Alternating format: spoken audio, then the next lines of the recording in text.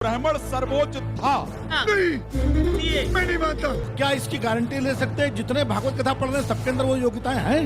वो रिस्पॉन्सिबिलिटी नहीं है, वो रिस्पॉन्सिबिलिटी है कानून की। जिस राह पे तुम चल रहे हो बेटा, एक दिन पूरी तरह फंसोगे। तिलक लगाता हो, गायत्री माँ की उपासना करता हो, ढोंग करने से, ढकोसला करने से परमात्मा प्रसन्न नहीं हो सकते। अपने आप को सुरक्षित रखना चाहते हैं तो ब्राह्मण को सर्वोच्च आपको रखना ही पड़ेगा। ये सारे ज्ञानी थे। क्या ब्राह्मण ही सर्वोच्च है? आज इसी विषय को विस्तार से क्लियर करने के लिए हम आपके बीच कुछ आध्यात्मिक जानकारों के विचार लेकर आए हैं। इन आध्यात्मिक जानकारों में एक तरफ हैं धीरेन्द्र शास्त्री महाराज व कुछ अन्य आध्यात्मिक जानकार, तो वहीं दूसरी ओर हैं संत रामपाल जी महाराज। इन आध्यात्मिक जानकारों में किसका ज्ञान उत्तम है? कमेंट करके हमें अपनी राय अवश्य दें। अगर इस चैनल पर आप पहली बार आए हैं तो फटाफट से वीडियो को लाइक और चैनल को सब्सक्राइब जरूर कर दें। तो चलिए वीडियो शुरू करते हैं।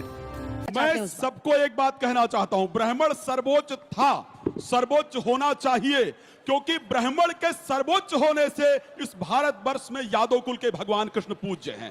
ब्राह्मण के सर्वोच्च होने से क्षत्रिय कुल में होने के बाद भी भगवान राम पूज्य हैं। ब्राह्मण के सर्वोच्च होने से आज वाल्मीकि जी की पूजा होती है। अगर ब्राह्मण सर्वोच्च नहीं होता तो शायद भगवान राम क्षत्रिय होकर के उनकी पूजा नहीं की जाती। ब्राह्मण सर्वोच्च नहीं होता तो कृष्ण कथा आज नहीं गाई जाती। ब्राह्मण सर्वोच्च नहीं होता तो वाल्मीकि जी का सम्मान नहीं होता। ब्राह्मण सर्वोच्च नहीं होता तो कबीर जी के दोहे मंदिरों में नहीं चलाए जाते। ब्राह्मण सर्वोच्च नहीं होता तो मीरा का भजन आज मंदिरों के अंदर नहीं चलाया जाता, नहीं गाया जाता। इसलिए मैं ये कह सकता हूं कि ब्राह्मण का सर्वोच्च होना महत्वपूर्ण है। यदि आप देश को, सनातन को, अपने आप को सुरक्षित रखना चाहते हैं तो ब्राह्मण को सर्वोच्च आपको रखना ही पड़ेगा। और अगर ब्राह्मण नहीं सर्वोच्च होगा तो आज के जो मुस्लिम हैं वो कल के हिंदू थे, ठीक है, और उनको काटा गया और दोबारा अपने आप को कन्वर्ट कर पाए। कल आप लोग भी यही होंगे। समय समाप्त हुआ। चलिए, अब जितनी भी बातें उधर से कही गई हैं, रिबटल राउंड 60 सेकंड का समय। महंत राजू दास जी, आपका शुरू हो रहा है अब। निर्मल मन सो मोहि पावा, मोहि कपट छल छिद्र न भावा। अगर आपका मन पवित्र है तो परमात्मा आपके अंतर आत्मा में है। ये इतने माला पहन लेने से, त्रिपुंड लगा लेने से, ढोंग करने से, ढकोसला करने से परमात्मा प्रसन्न नहीं हो सकते हैं। विषय गंभीर है। विषय ना तो अभी एक भाई आरोप लगा रहा था कि इस प्रकार से उनके साथ अभद्रता की गई, दूसरे तरफ उन्होंने कहा कि क्या हाथ पकड़ते हुए वीडियो क्यों नहीं आया। कितनी दुर्भाग्य वाली आप लोग बात कर रहे हो। समाज की बांटने की साजिश चल रही है। जिस प्रकार से राजनीतिक जामा पहनाकर लोगों ने वोट की राजनीति करने के लिए समाज को बांटने की जो साजिश की, यह दुर्भाग्यपूर्ण है। एक समय था कि पूरे दुनिया में हम ही हम थे। आज क्यों बट रहे हैं, क्यों घट रहे हैं, क्यों छट रहे हैं? सिर्फ एक ही कारण है, आपस में सनातन में सामंजस्य नहीं। समय समाप्त हुआ। जबरदस्त। क्या कोई नहीं है ऐसा जो बदलना चाहता है गमछे का रंग? कोई? हाँ, नहीं बदलना है किसी को। नहीं, ये पहला शो है। किससे सवाल है? कर लीजिए, जल्दी से माइक उठाइए। ये जो हमारे शास्त्री जी हैं, वो अपने पंडित जी जो मिश्रा जी हैं, कथावाचक। हाँ कथावाचक जी, आपने जो तमाम गुण बताए, योग्यताएं बताई कि ये योग्यताएं होनी चाहिए कथावाचक के अंदर, ब्राह्मण के अंदर ही वो योग्यताएं हो सकती हैं, तो क्या इसकी गारंटी ले सकते हैं जितने भागवत कथा पढ़ रहे हैं सबके अंदर वो योग्यताएं हैं? मेरी वो रिस्पॉन्सिबिलिटी नहीं है, वो रिस्पॉन्सिबिलिटी है कानून की, वो रिस्पॉन्सिबिलिटी है जो कार्यक्रम करा रहा है उसकी। लेकिन होना क्या चाहिए वो समाज की रिस्पॉन्सिबिलिटी है। होना क्या चाहिए वो मैं बता रहा हूं। और एक्चुअल में भगवान ने भी यही कहा है। भगवान राम ने भी श्री रामचरितमानस के अंतर्गत ब्राह्मणों के लिए इसलिए इंपॉर्टेंट कहा है कि ये गुण अगर हो, मैंने कहा समोदमस्था शौचम छांत्रार्थ में ज्ञान विज्ञान मस्तिक्यम, अगर ज्ञान विज्ञान से युक्त है। और मैं एक बात आपको बता देता हूं, सूत जी का वध पता है क्यों किया गया था? लोमहर्षण जी का, क्षमा चाहूंगा, लोमहर्षण जी का वध ही भगवान कृष्ण के बड़े भाई बलराम ने किया था। उन्होंने किया है, उन्होंने स्वीकार नहीं किया। हमारी बात छोड़ दीजिए। इसलिए मैं ये कहूंगा, समाज को बंटना नहीं चाहिए। अगर ब्राह्मण सर्वोच्च रहेगा तो आप सबको साथ लेकर के चलेगा और वो महत्वपूर्ण है। देवाधीनम जगत सर्वम मंत्राधीनाश्च देवता। सारा संसार देवताओं के अधीन है, लेकिन देवता किसके अधीन? मंत्राधीन। मंत्रों के अधीन देवता। पर मंत्र किसके अधीन? ते मंत्रा ब्राह्मणाधीना। वह सभी मंत्र ब्राह्मणों के अधीन है। इसलिए बोले ब्राह्मणों को क्या कहा? बोले तस्मात् ब्राह्मण देवता नमो ब्रह्मण्य देवाय गौ ब्राह्मण हिताय चा जगद हिताय कृष्णाय गोविंदाय नमो नमः। विप्र प्रसादात धरणीधरोहम विप्र प्रसादात कमलावरोहम विप्र प्रसादात अजताजतोहम विप्र प्रसादात मम राम नाम। जो व्यक्ति ब्राह्मणों से द्वेष करता है, ब्राह्मण भले ही जवाब ना दे, पर भगवान उस व्यक्ति का समूल विनाश कर देते हैं। पर ब्राह्मण होना चाहिए। ब्राह्मण का मतलब ब्रह्म जानेति ब्राह्मण, जो ब्रह्म को जानता हो, तिलक लगाता हो, गायत्री मां की उपासना करता हो, यज्ञोपवीत धारण करता हो, शिखा रखता हो, ऐसे ब्राह्मण को ही ब्राह्मण कहा गया। हाँ,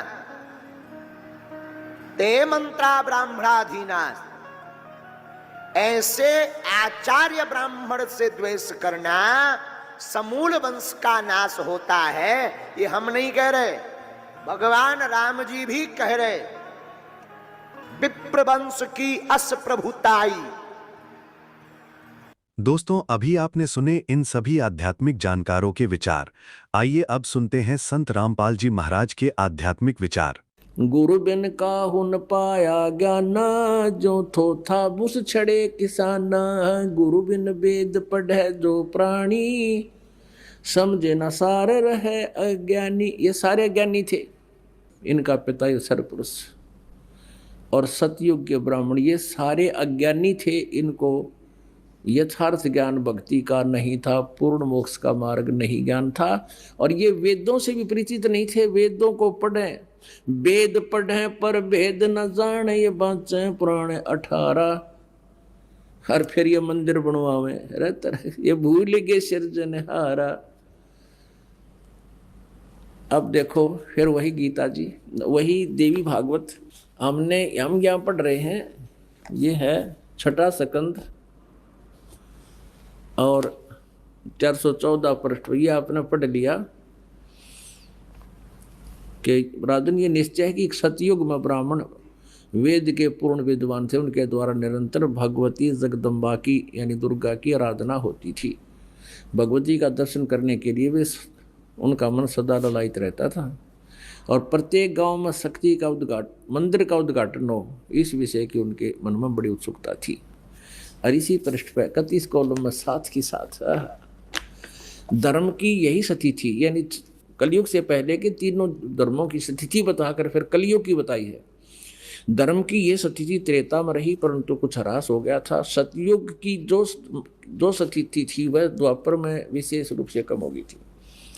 राजन, उन प्राचीन युगों में सतयुग, त्रेता, द्वापर में जो राक्षस समझे जाते थे वे कलयुग में ब्राह्मण माने जाते हैं। अब ये वर्तमान के ऋषि, मैं ऋषि, ये दानंद कैसे नकली हैं, ये दानंद भी ब्राह्मण था।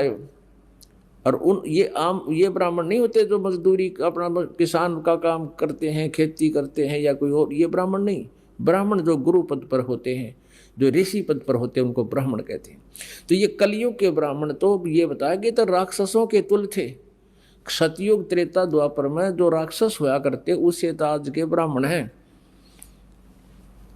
अब दास नहीं कह रहा, इनका इतिहास कह रहा है। ये देखिए 6ठा स्कंद 414 पृष्ठ संक्षिप्त देवी भागवत पर फिर पढ़ लो एक बार।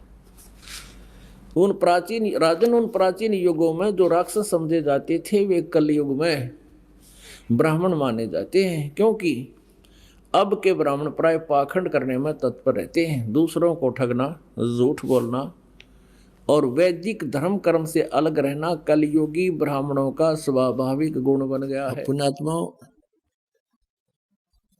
परमेश्वर ने 600 वर्ष पहले कहा था, वेद पढ़े पर वेद न जाने, ये बाँचे पुराण 18। और पत्थर को ये पत्ते खुआवे, भूल गए सिरजनहारा। वेद पढ़े, वेद नहीं जाने, अरे ये बातें पुराने ठहरा और कह का पता नहीं, लेकिन पुराणों में क्या लिखा हुआ है। ब्रह्मा जी अजरो अमर है, सर्वेश्वर है, महेश्वर है, इनकी कोई माता पिता नहीं, यही समृद्ध शक्ति है और ये जन्मते मरते नहीं। और पुराणों में लिखा है ये जन्मते और मरते हैं, इनका तो जन्म और मृत्यु होती है। यही अपनी देवी पुराण आपको स्पष्ट करेगी। पुरात्माओं, जब तक हम अपने उन पवित्र सदग्रंथों से स्वयं परिचित नहीं होंगे तो हमारे अंदर जो जमा हुआ ये युगों युगों का लोक वेद या दंत कथा अटे नहीं, और इसके हटे बिना भगवान की रुचि बढ़े नहीं तो हमारी इन्हीं में आस्था पड़ी रहेगी।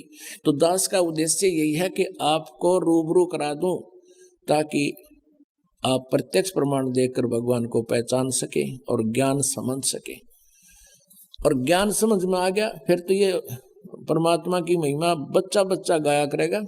और कोई भी नो कहेगा कबीर इज गॉड, अब तेनों का छोड़ किसने कबीर गॉड बना दिया, देख लो भाई, सुन लो, उस कबीर दानक ना भगवान बतावे। यानी 1000 लाख करोड़ आदमी ये कहने वाले मिलेंगे। और फिर क्या होगा, एक भी विरोध करनिया नहीं होगा।